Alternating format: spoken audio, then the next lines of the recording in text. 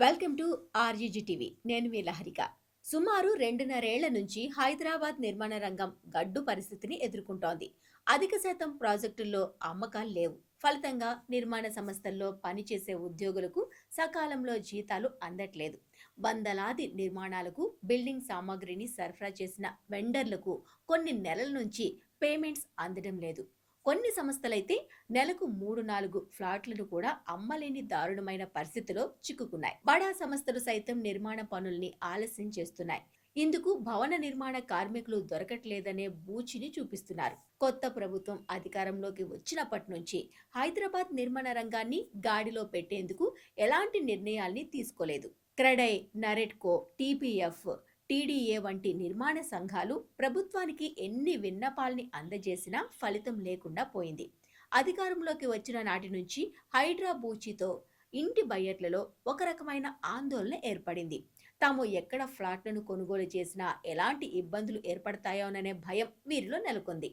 తాజాగా section 22A కారణంగా పాత ప్రాజెక్టుల్లో ఫ్లాట్లను కొనుగోలు చేసిన వారిలోనూ పెద్ద బాంబు పడింది. మొత్తానికి హైదరాబాద్ రియల్ రంగం గతంలో ఎన్నడూ లేని విధంగా అగాధంలోకి పడిపోయింది.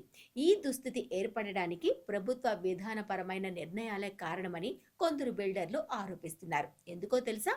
ఇప్పటికే పూర్తయిన అపార్ట్మెంట్లకు ఆక్యుపెన్సీ సర్టిఫికెట్లను మంజూరు చేయడంలో ఆలస్యం చేస్తున్నారు. ఫలితంగా అందులో ఫ్లాట్లను కొన్నవారు సొంతింట్లోకి అడుగు పెట్టలేకపోతున్నారు.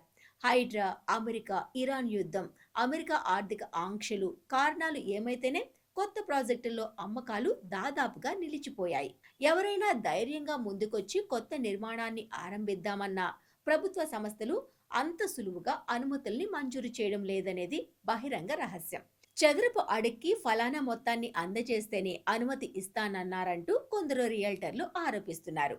తాజాగా సెక్షన్ 22A కారణంగా తెలంగాణ రియల్ రంగంలో ఎక్కడలేని అనిశ్చితి ఏర్పడింది. మరి ఈ సమస్యల నుంచి హైదరాబాద్ నిర్మాణ రంగం ఎప్పుడు బయటపడుతుందో, ఈ రంగం ఎప్పుడు నిలదొక్కుంటుందో తెలంగాణ సీఎం రేవంత్ రెడ్డికే తెలియాలి.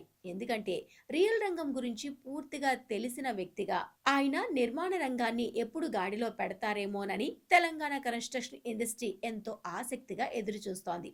మరి హైదరాబాద్ రియల్ రంగానికి పూర్వ వైభవం రావాలి అంటే ప్రభుత్వం ఎలాంటి నిర్ణయాల్ని తీసుకోవాలో కింద మీ కామెంట్స్ రూపంలో తెలియజేయండి.